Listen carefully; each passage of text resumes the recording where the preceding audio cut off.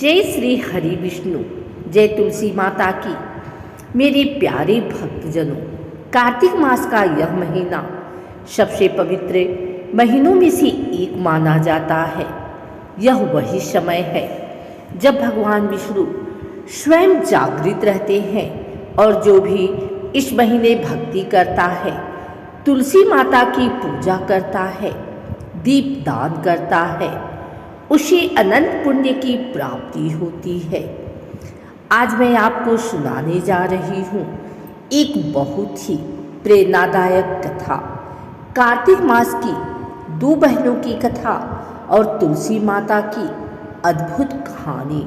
यह कथा हमें सिखाती है सच्ची श्रद्धा, भक्ति और प्रेम से किया गया छोटा सा कार्य भी बड़ा फल दे सकता है। तो आइए भक्ति पूर्वक सुनिए यह पवित्र कथा। बहुत समय पहले एक छोटे से गांव में दो बहनें रहती थीं, सुधा और माधवी। दोनों माता पिता की इकलौती बेटियां थीं। घर में सुख शांति थी। माता पिता ने उन्हें अच्छे संस्कार दिए थे, लेकिन जैसे जैसे समय बीतता गया, दोनों बहनों के स्वभाव में अंतर दिखने लगा। सुधा बहुत धार्मिक थी। वह रोज सुबह स्नान कर तुलसी माता की पूजा करती, उनके चरणों में दीप जलाती, भगवान विष्णु का नाम जपती और घर को शुद्ध रखती। वह मानती थी जहाँ तुलसी माता रहती है, वहाँ भगवान विष्णु का वास होता है। दूसरी ओर माधवी का स्वभाव बिल्कुल अलग था। वह आधुनिक सोच रखती थी और कहती, हर रोज पूजा करने से क्या होता है, भगवान तो मन में रहते हैं, तुलसी को जल देने से जीवन नहीं बदलता। माँ कई बार समझाती, बेटी तुलसी माता कोई साधारण पौधा नहीं, वह लक्ष्मी का ही स्वरूप है। उनकी पूजा करने से घर में सुख आता है। पर माधवी हंसकर बात टाल देती। कार्तिक मास का समय आया। पूरा गांव भगवान विष्णु और तुलसी माता की भक्ति में डूबा हुआ था। लोग सुबह सुबह स्नान कर दीप दान करते, तुलसी विवाह की तैयारी करते। सुधा ने भी कार्तिक एकादशी के दिन व्रत रखा। उसने तुलसी माता को दूध से स्नान कराया, लाल चुनरी ओढ़ाई, दीपक जलाया और भगवान विष्णु का नाम लेकर कहा, माता तुलसी, मुझे सच्चे मार्ग पर चलने की शक्ति देना। उसने रात भर दीपक जलते रहने दिए। उसके घर में अद्भुत सुगंध फैल गई। वातावरण पवित्र हो गया। वही माधवी उस दिन देर तक सोई रही, न पूजा की न व्रत रखा। उसने कहा, इतनी ठंड में सुबह सुबह कौन उठे, भगवान तो हर जगह है। उस रात तुलसी माता ने दोनों बहनों के स्वप्न में दर्शन दिए। वे अत्यंत तेजस्विनी थी। उनके चारों ओर दिव्य प्रकाश फैला हुआ था। उन्होंने सुधा से कहा, बेटी तेरी भक्ति ने मुझे प्रसन्न किया है। तेरे घर में सदा लक्ष्मी का वास रहेगा, तेरा परिवार सुखी रहेगा। फिर वे माधवी की ओर मुड़ी और बोली, बेटी तू भी मुझे जानती है, पर प्रेम से नहीं पूजती। भक्ति केवल शब्दों से नहीं होती, कर्म से होती है। फिर भी तेरे अंदर जो जिज्ञासा है, उसी के कारण मैं तुझे सुधारने का अवसर देती हूँ। सुबह जब दोनों उठी तो सुधा का घर खुशियों से भर गया। अचानक उनके पुराने कर्ज उतर गए, व्यापार में लाभ हुआ और परिवार में आनंद छा गया। माधवी के घर में उल्टा होने लगा, काम बिगड़ने लगे, घर में कलह बढ़ने लगी और मन अशांत हो गया। कुछ दिनों बाद माधवी अपने बहन के घर गई। वहाँ उसने देखा कि तुलसी माता का पौधा हरा भरा है, उसके चारों ओर दीपक जल रहे हैं और पूरे घर में शांति है। वह चकित रह गई। उसने सुधा से पूछा, बहन तेरे घर में इतना सौभाग्य कैसे? सुधा मुस्कुराई और बोली, यह सब तुलसी माता की कृपा है। मैं हर दिन तुलसी माता की पूजा करती हूँ, उन्हें जल चढ़ाती हूँ और कार्तिक मास में दीप दान करती हूँ। माधवी को अपनी गलती का एहसास हुआ।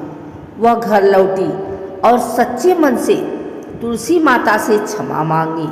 वह बोली, माता तुलसी, मैंने आपको कभी आदर नहीं दिया, कृपा कर मुझे क्षमा करें।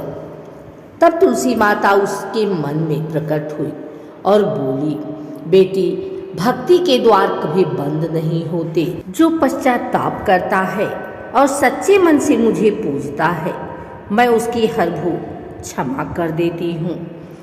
उस दिन के बाद माधवी ने रोज तुलसी माता की पूजा करनी शुरू की।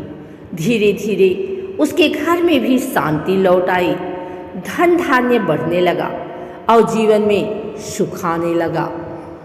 आइए सुनते हैं तुलसी माता की जन्म कैसे हुआ। प्राचीन काल में धर्मध्वज नामक राजा था, जिनकी पत्नी का नाम मालवती था। मालवती ने भगवान विष्णु की आराधना करते हुए एक कन्या को जन्म दिया। वही कन्या आगे चलकर तुलसी के नाम से प्रसिद्ध हुई। तुलसी अत्यंत सुंदर, पवित्र और तपस्विनी थी। उन्होंने भगवान विष्णु को पति रूप में पाने के लिए कठोर तप किया। उसी समय असुर शंखचूड़ ने भी भगवान ब्रह्मा की आराधना कर बड़ी शक्ति प्राप्त की थी। ब्रह्मा जी ने उसे वरदान दिया था कि जब तक तेरी पत्नी पवित्र रहेगी, तब तक तुझे कोई नहीं मार सकेगा। शंखचूड़ की पत्नी बनी तुलसी।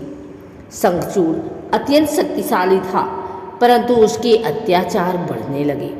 देवता भगवान विष्णु के पास गए और प्रार्थना की, प्रभु, यह असुर धर्म को नष्ट कर रहा है, कृपा कर इसका अंत करें। भगवान विष्णु ने एक उपाय निकाला। उन्होंने शंखचूड़ का रूप धारण कर तुलसी के पास जाकर उसका पतिव्रत भंग कर दिया। जब तुलसी को सच्चाई पता चली तो वह अत्यंत क्रोधित और दुखी हुई। उन्होंने भगवान विष्णु से कहा, आपने मेरा पतिव्रत भंग किया है। आप मेरे शरीर से अलग हुए बिना मेरी आत्मा का सम्मान करें। भगवान विष्णु ने कहा, माता, तुम सदा मेरे हृदय में वास करोगी। पृथ्वी पर तुम तुलसी के रूप में पूजी जाओगी और जो भी मेरी पूजा तुलसी दल से करेगा वह मेरा परम भक्त कहलाएगा। इस प्रकार तुलसी माता का जन्म हुआ। कार्तिक मास की एकादशी से पूर्णिमा तक तुलसी विवाह का पर्व मनाया जाता है।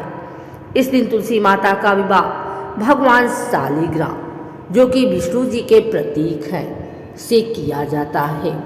इस दिन जो भी भक्त तुलसी माता की पूजा करता है, दीपदान करता है और व्रत रखता है, उसे वही फल मिलता है जो 1000 यज्ञ करने से मिलता है। तुलसी विवाह का अर्थ है भक्ति और भगवान का मिलन। यह दिन संसार में शुद्धता, प्रेम और धर्म के पुनः जागरण का प्रतीक है। इस पवित्र कथा से हमें यह शिक्षा मिलती है, सच्ची भक्ति केवल दिखावे से नहीं होती, बल्कि श्रद्धा और प्रेम से होती है। आलस्य और उपेक्षा भक्ति के सबसे बड़े शत्रु हैं। तुलसी माता न केवल एक पौधा है, बल्कि माँ लक्ष्मी का स्वरूप है। कार्तिक मास में यदि कोई तुलसी माता की पूजा, दीपदान और व्रत करता है तो उसके जीवन से दरिद्रता और कलह समाप्त हो जाते हैं। भाइयों और बहनों, यह थी कार्तिक मास की 2 बहनों की प्रेरणादायक कथा और तुलसी माता की दिव्य कहानी। यह कथा हमें सिखाती है कि सच्ची श्रद्धा से किया गया एक छोटा सा कर्म भी बड़ा फल देता है।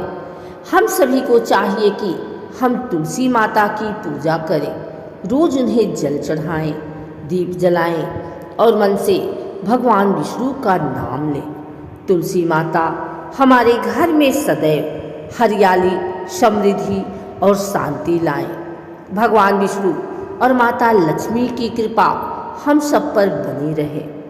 जय तुलसी माता, जय श्री हरि विष्णु। हरि बोल, हरि बोल। जय जय तुलसी माता की।